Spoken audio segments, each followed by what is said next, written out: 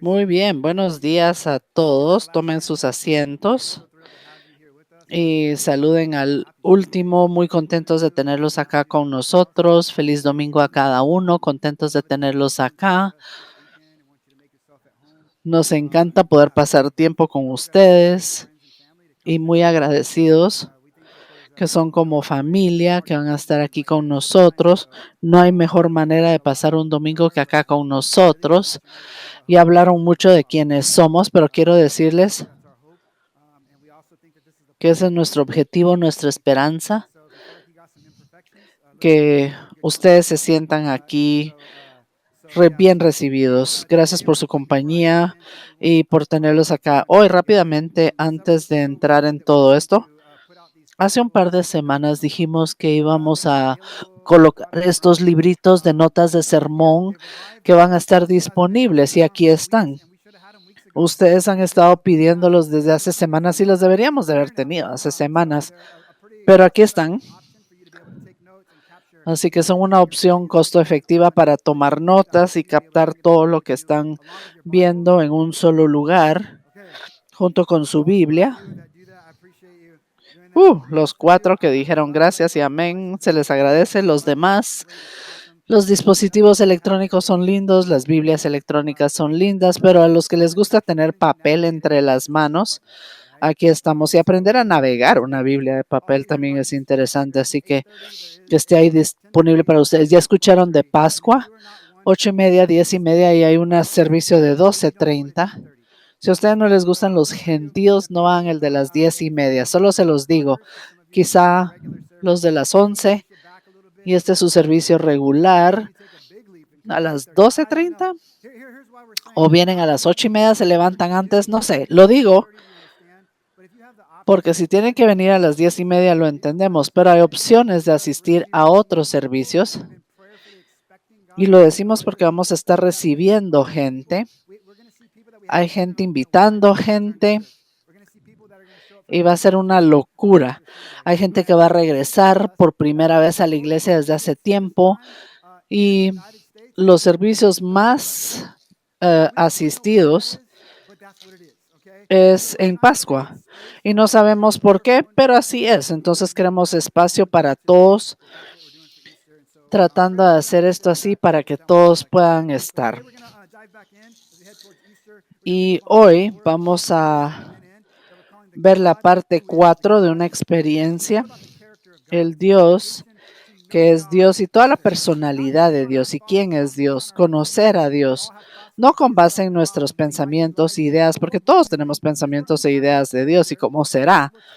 Lo que vamos a hacer es abrir la palabra. De hecho, estamos viendo lo que Dios dice de sí mismo, no nuestras ideas, no lo que nosotros creemos, sino Dios mismo.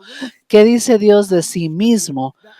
Y estamos abriendo un pasaje bíblico muy especial que es el más usado, más repetido que se utiliza en la historia de Dios y nos da una sección de la historia de Dios. Y esto no solo es fundacional y entender quién es Dios, sino preocuparnos quién es Dios. Cambió quiénes eran, la manera en que lo veíamos, el entendimiento de Dios en nuestras vidas. Y decimos el trabajo y se basa en el conocimiento y Dios es la cosa más importante. Y algunos dicen, no hay otras cosas más importantes en mi vida, pero la realidad es que tenemos un mejor entendimiento de quién es Dios, sino cómo es Dios. Y esto cambia tu vida, cambia la manera en que ves las cosas, cómo ves a la gente, cómo ves el mundo, cómo tienes la perspectiva en vida y cómo se ha establecido para ti. Cambia todo, lo que conlleva preguntas importantes de quién es Dios y qué es Dios y cómo es Dios y por qué importa que entendamos esto. Yo sugeriría el día de hoy que la manera en que vemos a Dios forma lo que vemos de la iglesia, todo. De hecho, quiero ofrecer un autor, David Benner.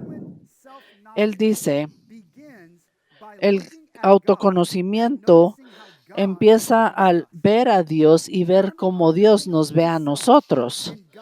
El saberse a uno mismo y conocer a Dios y saber cómo Dios nos ve nos ancla en la realidad.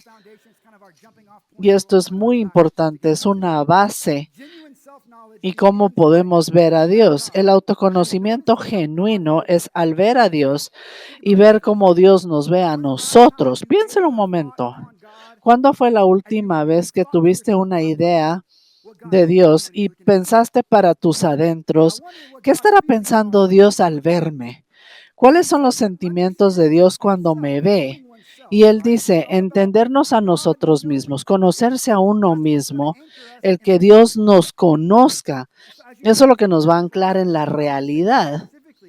Y cuando pensamos en ese proceso, quiero decirles cómo percibimos a Dios forma o malforma nuestras relaciones. Y eso es increíblemente importante.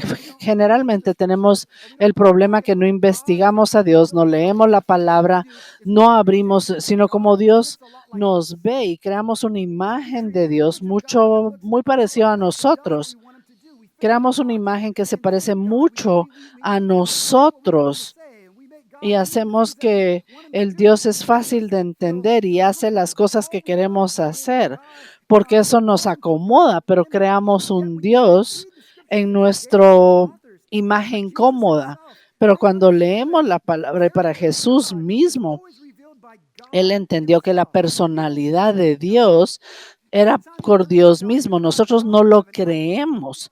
Nosotros no lo creamos. Cada vez que lo creas, tienes una imagen. La única manera de entender a Dios es tener una relación con Dios y tener una relación con Dios tenemos lo que se llama una revelación de Dios, lo que significa que mejor entendemos, experimentamos a Dios a través de esta relación que tenemos con Él. Entonces esto nos lleva a Éxodo. ¿Qué dice Dios sobre sí mismo? No vamos a abrir cómo llegamos a Éxodo para esto. El contexto lo podemos ver después, pero Moisés le está pidiendo a Dios a mostrarle su gloria. En pocas palabras, Dios, revelas tu personalidad. Dime quién eres y dime cómo realmente eres. Y esta es la respuesta de Dios a Moisés. El Señor bajó en una nube y se paró ahí con él y reclamó su nombre. Y pasó frente a Moisés y dijo, el Señor es el Señor, el compasivo y de gracia, lento a enojarse, abundante en amor y fidelidad, manteniendo amor a miles, perdonando rebelión, pecado. Aún así, no lleva a los malvados sin castigar, castiga a los hijos de los padres malvados hasta la tercera y cuarta generación. Ahora este pasaje, y así, y es intenso. ¿Qué hacemos? Yo quiero que noten este pasaje. Estas son palabras de relación. Compasión, gracia. ¿Qué siente la gente en relación con ustedes? Cuando están interactuando contigo, tu pareja, tus colegas, tenemos una persona compasiva, una persona con gracia, lentos al enojo, los que tenían mal humor y que iban a ser pacientes. Estas son palabras de relación y me encanta porque cuando dice muestra tu gloria, no una lista de, no nos presenta su CV, nos da su personalidad, su carácter. Dice, esto es ser en relación conmigo. Esto es como vamos a estar en relación conmigo. Es compasivo, tiene gracia, lento a la ira, fiel. Pensemos en compasión, gracia, enojo, lento al enojo. Abundando en amor. ¿Qué significa entender a Dios como un Dios que abunda en amor? ¿Qué es lo que el amor de Dios hace? Todos tienen una idea de amor. Todos quieren amor. Por el momento en el que nacemos, nuestra ansia, nuestro deseo es ser amado. Hablamos de esto, soñamos esto, vivimos en una cultura occidental que canta de esto, ¿sabían? Piénselo, Stevie Wonder dijo, yo solo te llamé para decirte que te amo, ¿sí? Mary J. Blige dijo, no sé tú, pero estoy buscando un verdadero amor, algo que va a librar nuestros corazones, no cualquier amor. Tina Turner dijo, ¿qué tiene el amor que ver con todo esto? ¿Qué es lo que tiene que ver el amor? Y Whitney Houston dijo, no te tropieces porque yo siempre, siempre, siempre te voy a amar. Y Tupac decía, California, el occidente, el amor. Y luego, el tío Kirk Franklin, si han estado en esta iglesia mucho tiempo, dice, el amor, una palabra que va y viene. Pero ¿sabe la gente realmente lo que significa amar a alguien? Entonces, ¿qué es el amor? ¿Cómo amamos? Y no solo es el amor por nosotros, sino cómo es el amor de Dios. Una experiencia de amor me regresa a junio 1999. En junio de 1999, recuerdo bien el día, estaba abrumado por amor, me brotaba el amor y estaba a la par de la chica más linda del planeta. Literalmente su nombre en español es Vida. Bello, bello, bello. Y yo estaba ahí parada a la par de esta chica que captó mi corazón y ese día, en 1999, compartimos promesas el uno al otro, nos mirábamos al ojo y cosas como un compromiso a mejor o peor, más rico, más pobre, en enfermedad y en salud, ya sea pobre, pobre, pobre, lo que fuera. Nosotros dijimos que íbamos a hacerle ganas, íbamos a hacerlo mejor con con la ayuda de Dios, de ir en esta sub y baja de la vida, porque teníamos amor el uno por el otro. Ahora, ¿iba a sobrellevar este amor? ¿Realmente entendíamos que era el amor? Bueno, pensamos que sí. Creíamos nosotros que nos conocíamos como, uff, yo sé todo de esta persona hasta que vives con ellos. Aún así, estábamos juntos en amor. Pero ¿qué tal el amor de Dios? ¿Qué significa eso para el amor de Dios? Eso nos lleva al amor de Dios. ¿Dios nos ama realmente? Porque es la pregunta más relevante. La mayoría de las personas con las que yo hablo, ¿cómo es el amor de Dios? ¿Puede Él de hecho amarme con todo lo que he hecho, con todo lo que tengo y todos estos errores que he cometido? ¿Dios realmente tiene suficiente paciencia para abundar en amor conmigo? Pero realmente los temas de base es sobre el amor de Dios. Pero queremos saber si realmente nos ama.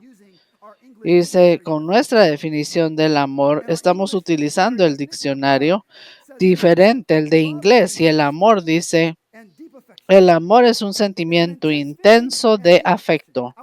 Es un sentimiento afecto profundo.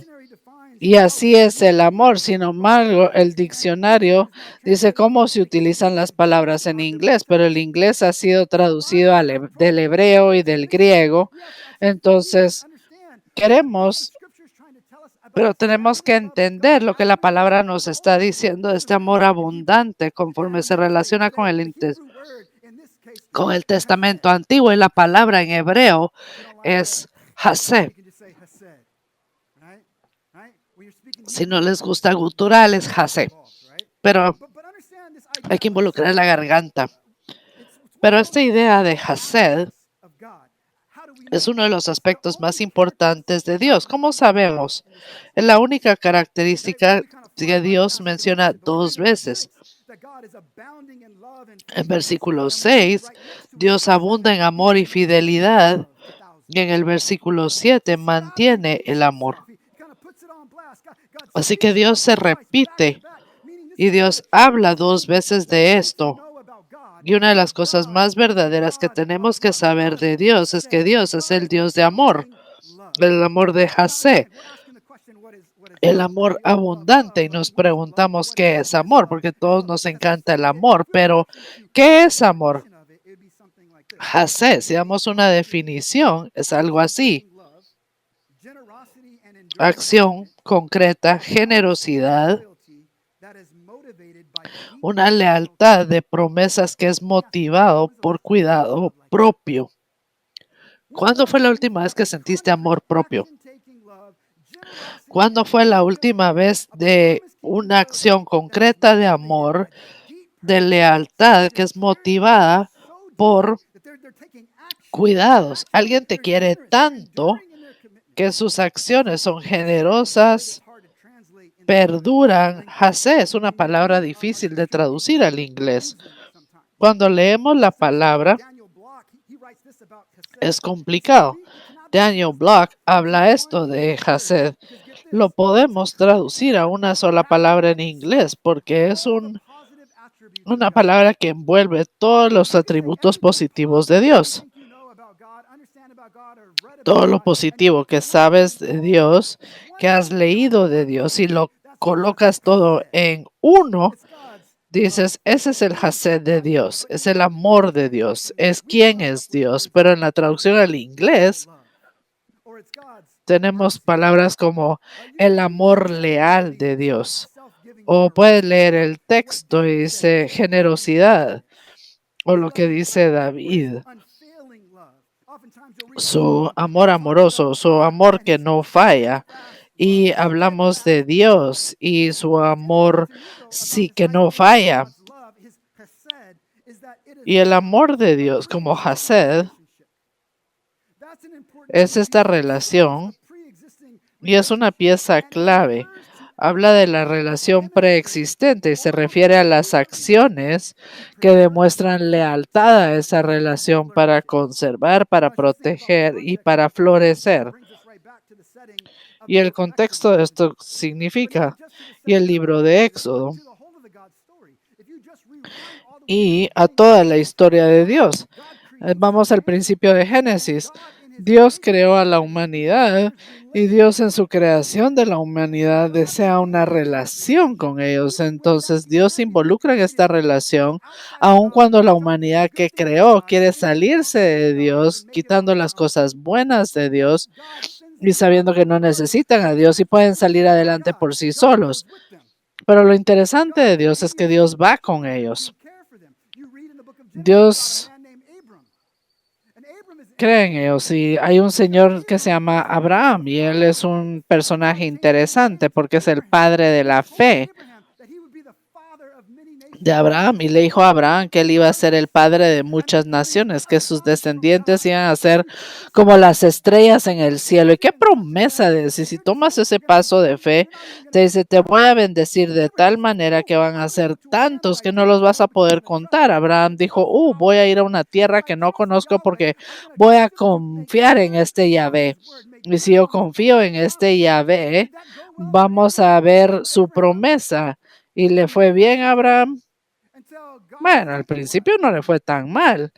Y a Jesús, bueno, Dios se tardó un poco y dijo, estaremos los descendientes como las personas en el cielo. Y eres lento para la bendición, tan lento que esta esposa que tengo ya está algo vieja. Y tengo unas preocupaciones muy serias. Tú hiciste la humanidad, tú sabes cómo funciona. Eres el Dios de milagros, pero tengo preguntas para mí también. Yo estoy viejo y tú estás diciendo que mis descendientes iban a ser tantos y ni siquiera tenemos un hijo. Ni siquiera sé cómo va a funcionar esto. Aún así, tomaron malas decisiones. ¿Y qué dijimos de Hased? Vimos y Abraham confía en Dios, se arrepiente a Dios de tal manera que está fuera de Dios y Dios sigue liderando a Abraham. No solo a Abraham, sino a Isaac, sino solo a Isaac, sino también a Jacob. Y es el desastre de Jacob y Esaú.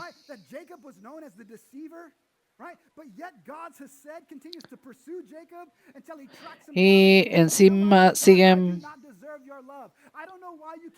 Y dice, yo no merezco tu amor y tengo más en tu vida. Y utiliza a Jacob para ayudar a la gente.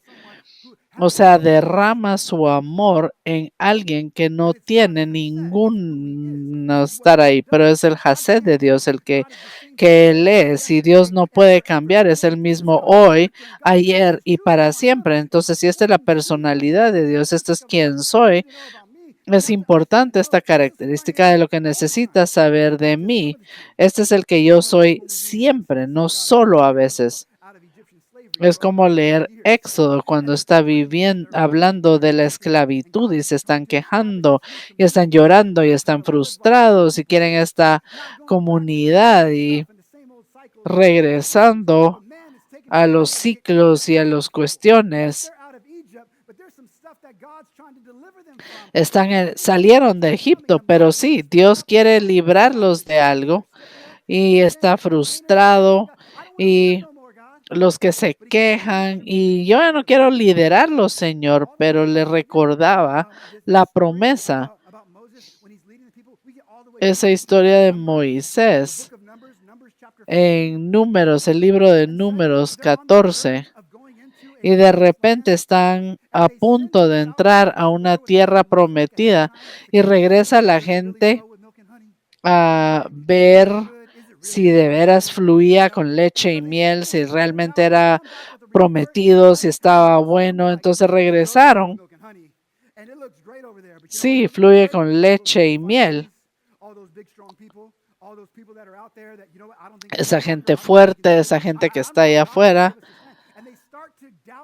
Y sé cómo Dios está dando esta pierna y empezaron a dudar de la provisión y la protección del Señor de tal manera que estaban saliendo en este punto, vieron a Moisés y dijeron, estamos frustrados contigo, estamos frustrados con Dios, con tu liderazgo que nos llevas y esto no sé si va a funcionar por nosotros y estos encuentros y estamos en círculos y vamos a matarte, vamos a tener otro líder que nos va a llevar al lugar que Dios nos ha prometido. ¿Cómo cree que se sintió Dios acerca de esto? Lento al enojo. Dios está frustrado, molesto con la gente y se entiende, la gente está molesta. Cuando lo entendió, vamos con Dios y dice, yo necesito que perdones a la gente de sus pecados por tu gran hasad, por tu gran amor. ¿Y sabes cómo lo hizo Moisés?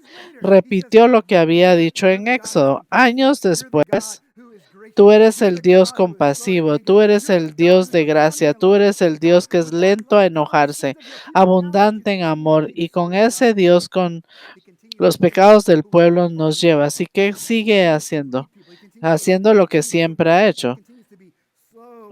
Es lento, lento a enojarse en este momento y empieza a trabajar con el pueblo. Escucha esta oración de Moisés en este Hasad.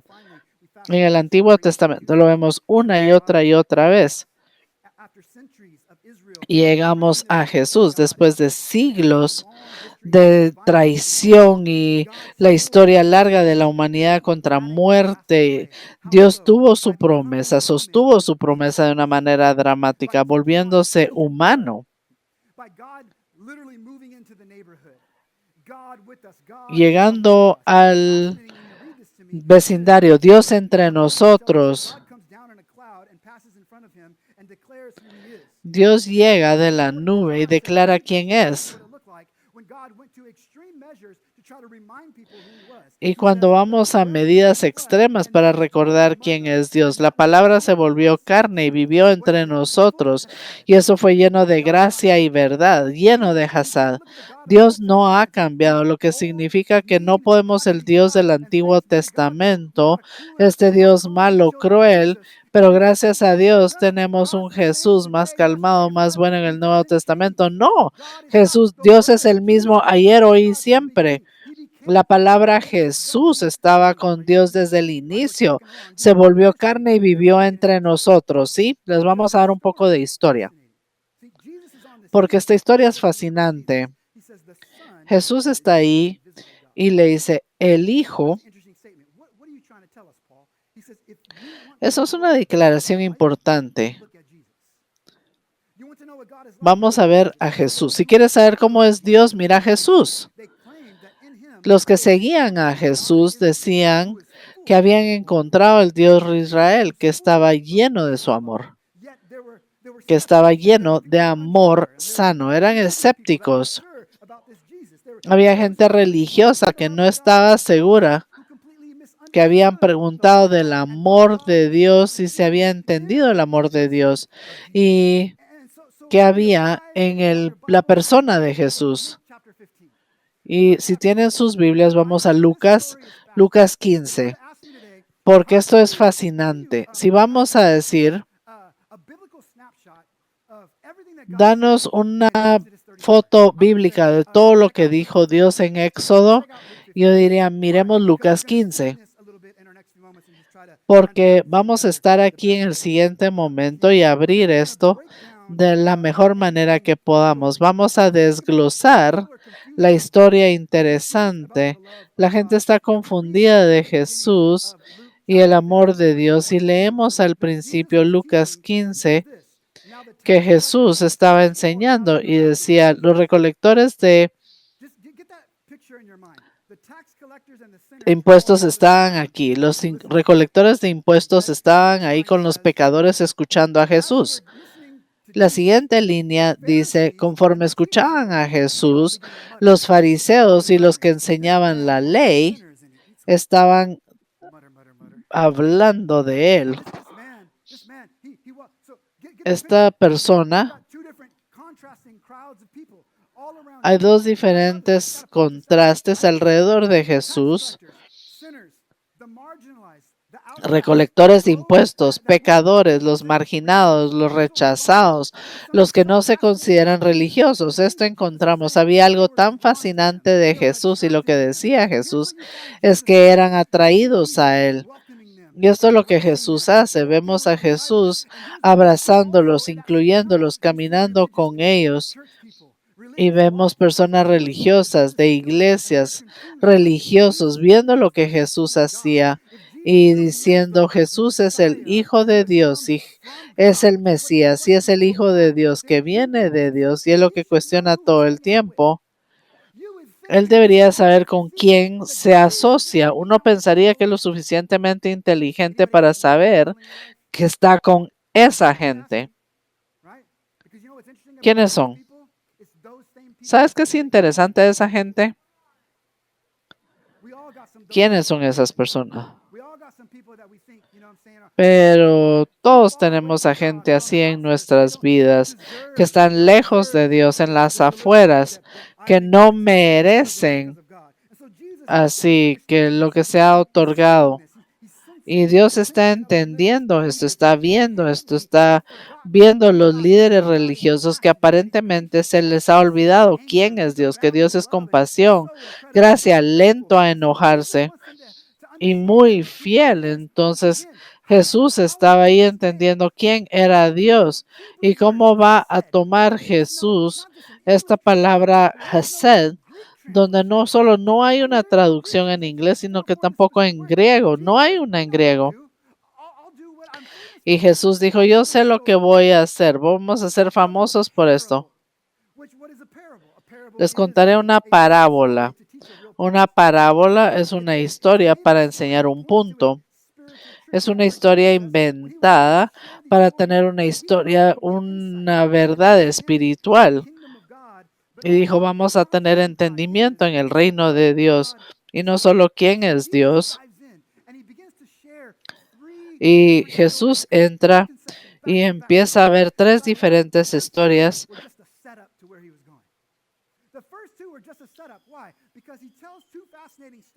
Y esto era así porque cuenta dos historias fascinantes sobre las cosas perdidas, encontrar esas cosas.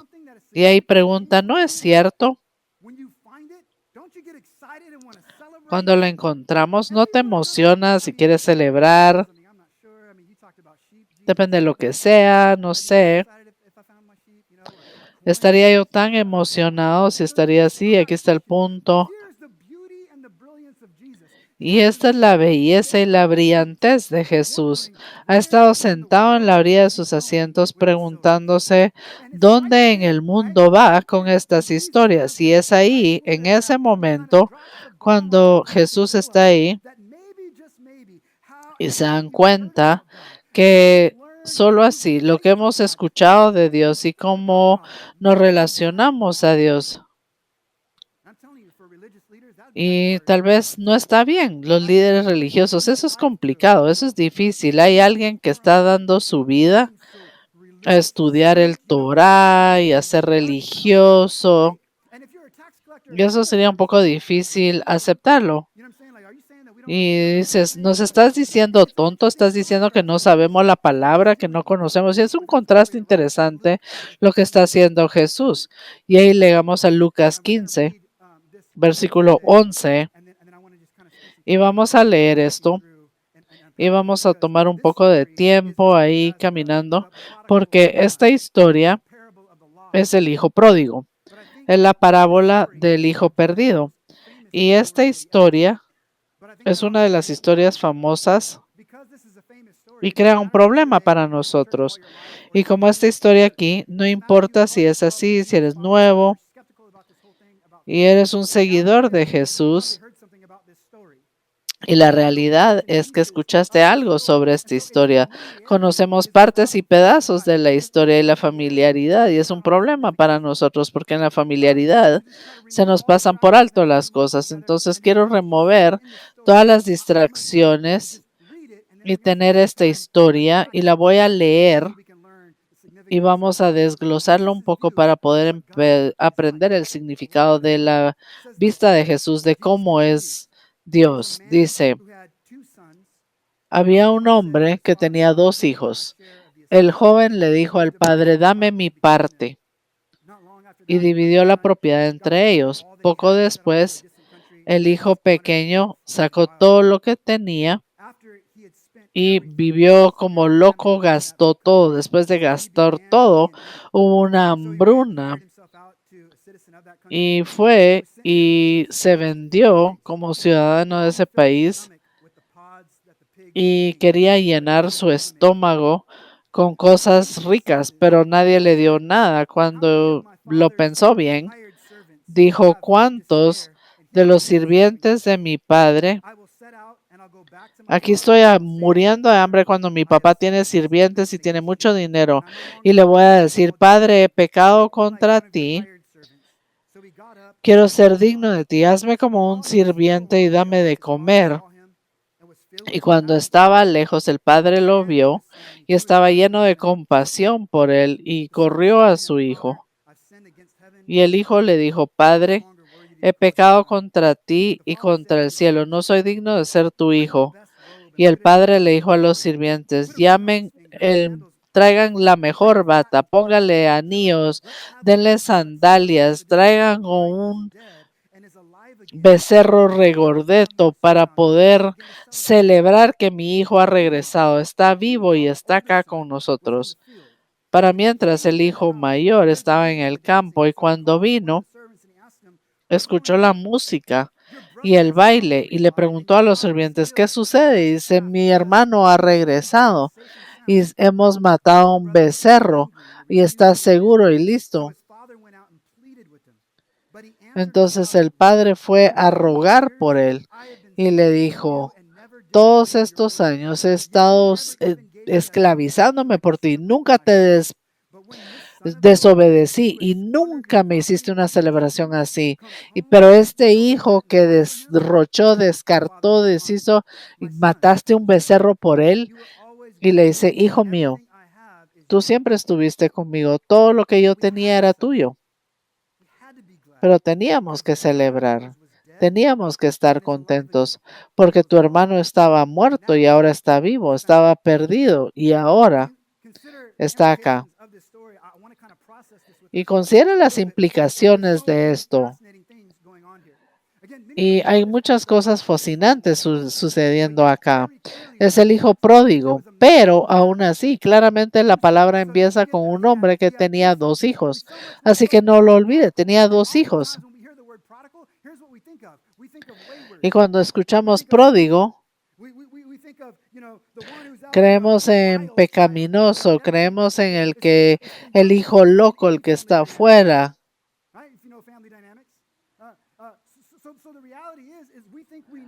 La dinámica familiar y la realidad es que todo lo que creemos de pródigo, y tenemos una definición de pródigo en la palabra, es loco, extravagante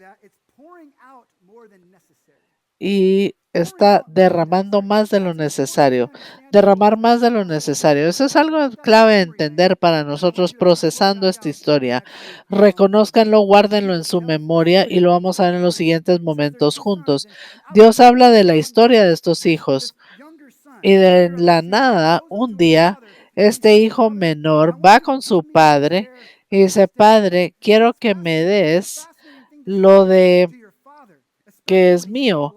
Y es algo fascinante decirle al papá, especialmente cuando sigue vivo. Entiendan que la herencia era algo natural y normal en tiempo bíblico. Eran dos hermanos, como en este caso el mayor recibía 2/3 partes de la herencia cuando el padre moría y el menor solo recibía una tercera parte. Lo que es fascinante es que este hermano joven va con el padre y le dice, papá, sé que un día voy a recibir herencia de ti.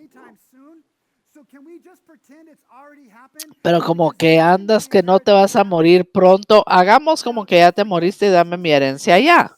Ahora no olviden quién está escuchando a Jesús cuando cuenta esta historia. Tenemos pecadores, tenemos recolectores de impuestos, tenemos fariseos, tenemos religiosos. Ahora los fariseos y los religiosos saben que esto es una solicitud exagerada, que esta solicitud de hecho es una cultura construida alrededor de honor y vergüenza. Este es el acto de deshonra máximo. Llegar y decir, hey, yo sé que no has muerto, pero digamos como que ya estás muerto y dame mi herencia para salir adelante. Y el que escuchaba esta historia seguramente estaba anonadado, pero los más anonadados era la realidad de que la respuesta del padre. Nadie esperaba la respuesta del padre porque el padre dice, bueno, voy a dividir mi propiedad entre ellos, lo cual no es una tarea pequeña y la realidad es que hubiera tenido que hacer arreglos, hacer cosas, un proceso, pero le dio todo al hijo pequeño el que había pedido y la gente estaba asustada porque Dios les iba a dar lo que pidió. En el primer siglo la gente tenía derecho a ir con el hijo, siendo físicamente violento por su deshonra. Y el padre dijo, le voy a dar al hijo lo que pidió. ¿Por qué es importante? Porque el amor y la gracia nunca fuerza una relación. Nunca fuerza una relación. Poco después, el hijo menor recibió lo que siempre había querido. Quería alejarse de la familia lo más que podía. Quería hacer lo propio. Estaba en el cuidado. No quería estar bajo el control ni el cuidado del padre. Y derrochó su riqueza. ¿Alguien curioso? Y la realidad es que probablemente nosotros en nuestra cultura decimos lo que sucede en Las Vegas se queda en Las Vegas. Y cuando has estado en una situación y decimos, eso es un secreto. ¿Por qué? Porque sabemos que estamos haciendo cosas que no deberíamos y que no hubiéramos hecho de otra manera. Y es la condición humana rota. Pero esto es lo siguiente, sabiendo lo que potencialmente pudiera suceder, el padre permite que el padre vaya. El padre suelta al hijo. ¿Por qué? Porque forzándolo a quedarse no hubiera resuelto nada. Una vez se comprometía a quedarse, obligarlo a quedarse, no, porque el verdadero amor requiere la habilidad de escoger por sí mismo. El amor nunca es forzado. La manera en el momento en que fuerzas o controlas el amor, ya no es amor. Tú tienes algo completamente diferente. En pocas palabras, Dios no fuerza una relación contigo. Dios te invita a escoger estar en una relación con Él. Te ama a esa cantidad tanto que está dispuesto a dejarte irte. De hecho, está dispuesto a dejarte irte en la esperanza que tenga la oportunidad de alguna manera recuperarte. Ese es el amor de Dios. No va a forzarte a quedarte y no va a hacer nada bueno después de haber gastado tanto, después de haber vivido la vida loca. ¿Han escuchado una historia de mal en peor? ¿Alguna vez has estado en un lugar donde y repentinamente hay hambruna, no hay dinero, están sin comida? No es como que hay qué calorcito, no, no, no. Hambruna es no hay nada, cero, no hay agua, la gente está muriendo y todos están agarrando de lo poco que tienen, no hay nada y por primera vez está saliendo de la casa del padre y tiene que trabajar, tiene que obtener un empleo. Entonces va y se alquila, se presta para cualquier trabajo. Recuerda que viene de una cultura judía que tenía una particular idea de los gentiles y él hasta cuida los cerdos de los gentiles. Ahora lo de la cultura judía, los cerdos eran lo peor de lo peor, el peor animal en el planeta, no hay que tocarlo, no hay que comerlo. Los cerdos eran sucios porque no eran limpios. Nadie en la cultura judía quería estar así porque era una connotación aguda en la comunidad. Pero aquí hay alguien fuera de la casa de su padre por primera vez vendiéndose y estaba cuidando cerdos, muriendo de hambre, queriendo comer lo que comen los cerdos. Y Sebas, has estado ahí, esto suena bien, suena terrible y sabemos que no es saludable, pero de todos modos lo vas a hacer. Comida, chatarra, cualquier cosa en el estómago, pero no encuentra nada, no hay nadie dispuesto a darle nada. Está ahí por su cuenta y me encanta lo que sucede. Es asqueroso, huele a cerdo, tiene cosas de cerdo encima. Y en el versículo 17 dice, entró a sus sentidos, se dio cuenta. Y ahí estaba pensando a dónde se ha alejado de las gracias del Señor, de la luz.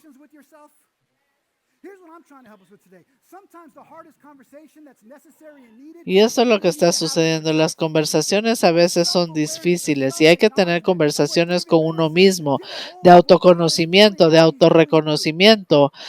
Ve lo que Dios está haciendo y cómo te ve cuando te ves tú. Hay un momento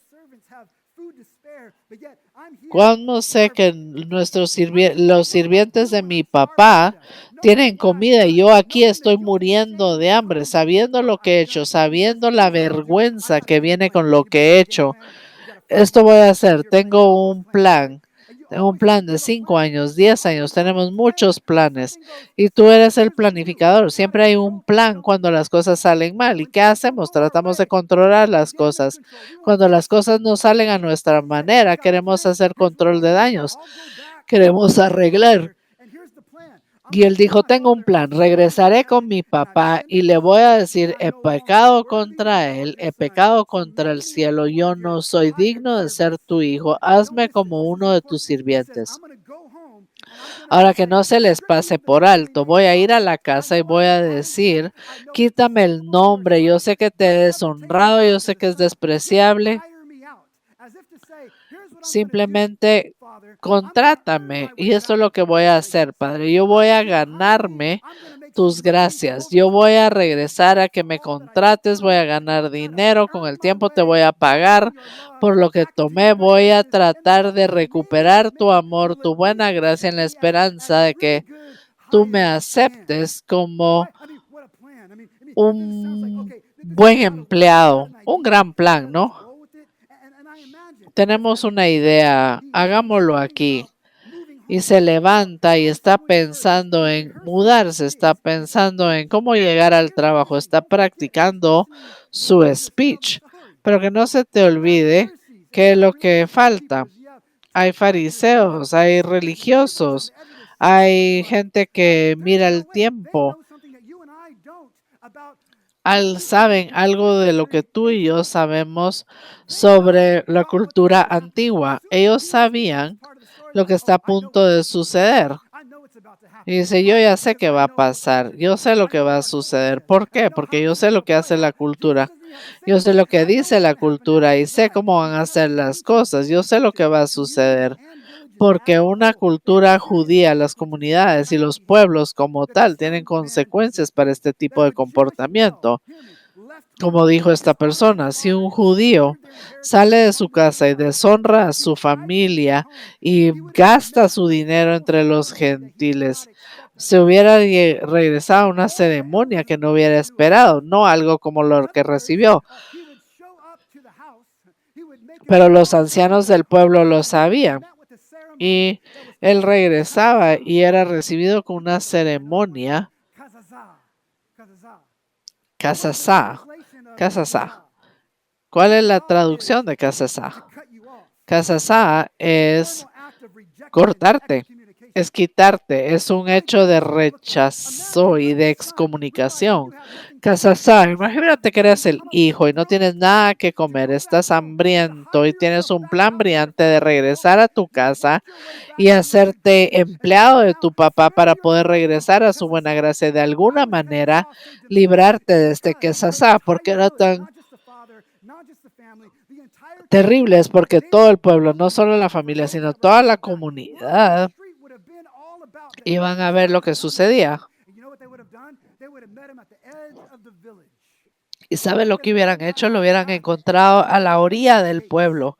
Lo hubieran encontrado a la orilla de las paredes de los muros del pueblo y hubieran llevado una vasija de barro y eso era la vida de la persona. Ese barro era simbólico de sus acciones, de sus decisiones, de todo lo que había hecho. Y hacían lo siguiente. Llegaban, lo veían en la distancia, lo suficientemente cerca,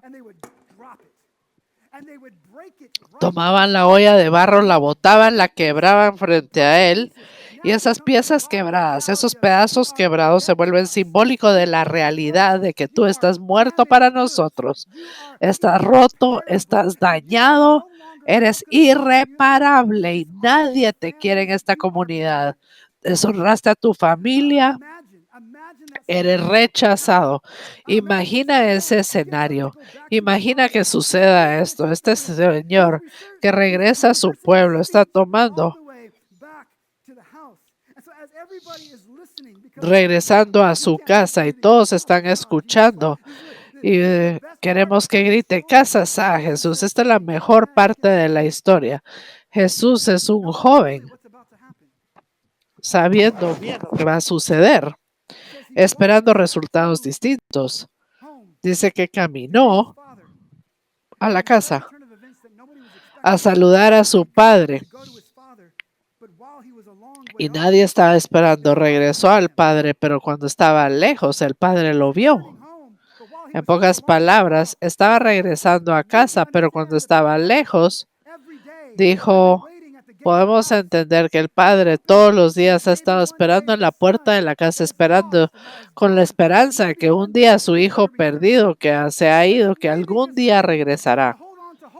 Y que tal vez, quizá, si estoy esperando, si estoy esperando, yo espero que un día regresará. Y repentinamente sucede. Hay un día en la distancia y puede ver por su estatura, por su caminar. Sé cómo camina mi hijo. Lo puedo ver y repentinamente Jesús dice, lo vi. Levantó sus ropas y corrió a ver al hijo. Lo abraza, lo besa, lo agarra. Y en ese momento es como el padre le dice, no hay Casasá hoy, solo será Hased, porque yo te amé, yo te cuidé, yo quiero más para ti. Imagínate el padre sabiendo que esta es una primera. ¿Sabe cómo va a ser el pueblo lo que la familia le quiere hacer, pero el padre dice, yo llegué primero y esto es lo que yo pienso de él. Así lo amo. Por primera vez voy a poner mis brazos a su alrededor. Mi bata, esta bata está conservada. Quiero que se lo coloques, ponle un anillo, porque ese es el nombre de la familia.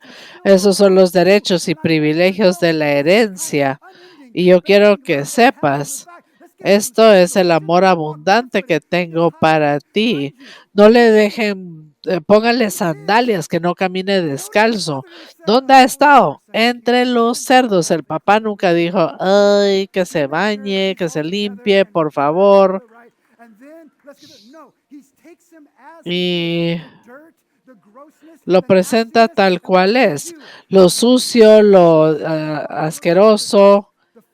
Y ¿sabes qué hace el padre? El padre toma la culpa, no lo culpa, no le da esa vergüenza que se merece, está dispuesto a cubrirse en la vergüenza que merece el hijo, porque es ese amor abundante.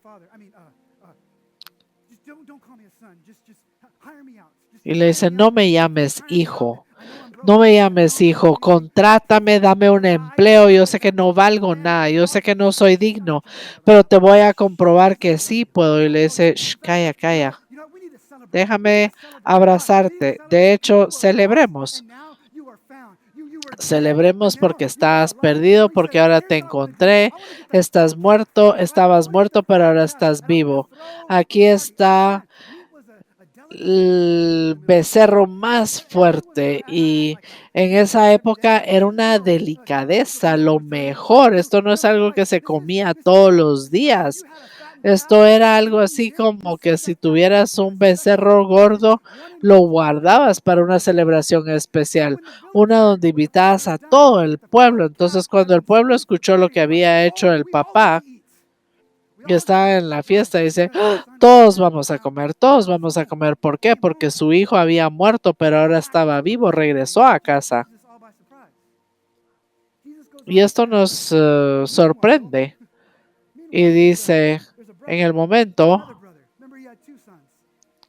aquí hay otro hermano. Recuerda que tenía dos hijos. El hermano mayor está en el campo trabajando. Se acercó a la casa y escuchó música, baile.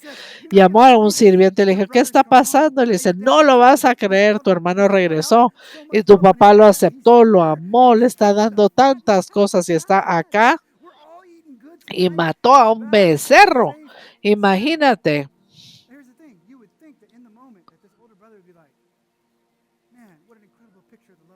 Y el hermano mayor no estaba contento. Qué increíble imagen de un padre amoroso. No.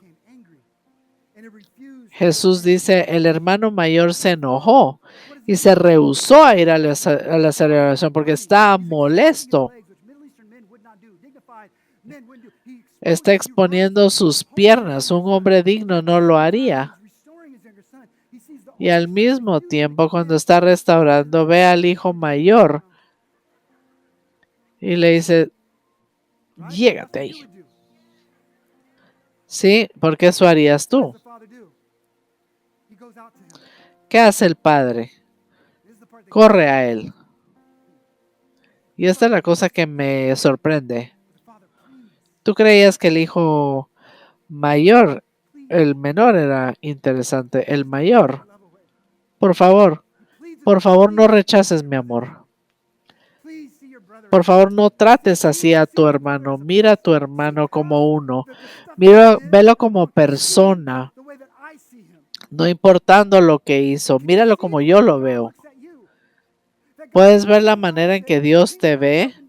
Que Dios no se para ahí y dice, vamos a parrandear. No, no le dice, mira, le dice, ven aquí a donde quiera que estemos y nos invita a celebrar porque el hermano menor, el hermano mayor está tan enojado y le dice, no, no, mira todos estos años, tanto año que yo hice todo bien.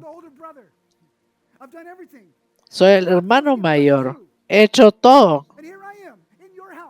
Yo debo ser bendecido también, esperando bendiciones del Padre.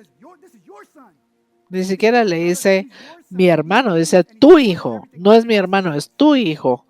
Ha vendido todo para prostitutas, ha derrochado el dinero. Y te puedes imaginar, escucha la injusticia en su voz, lo que está diciendo, está molesto. Padre, me debes algo, algo que se me debe. Y Dios lo tiene atento y le dice, hijo, yo sé que estás llorando por el hecho que estamos celebrando a tu hermano. Yo sé que tú dices que no te di ni siquiera una cabra para celebrar, pero esto es lo que se te pasa por alto.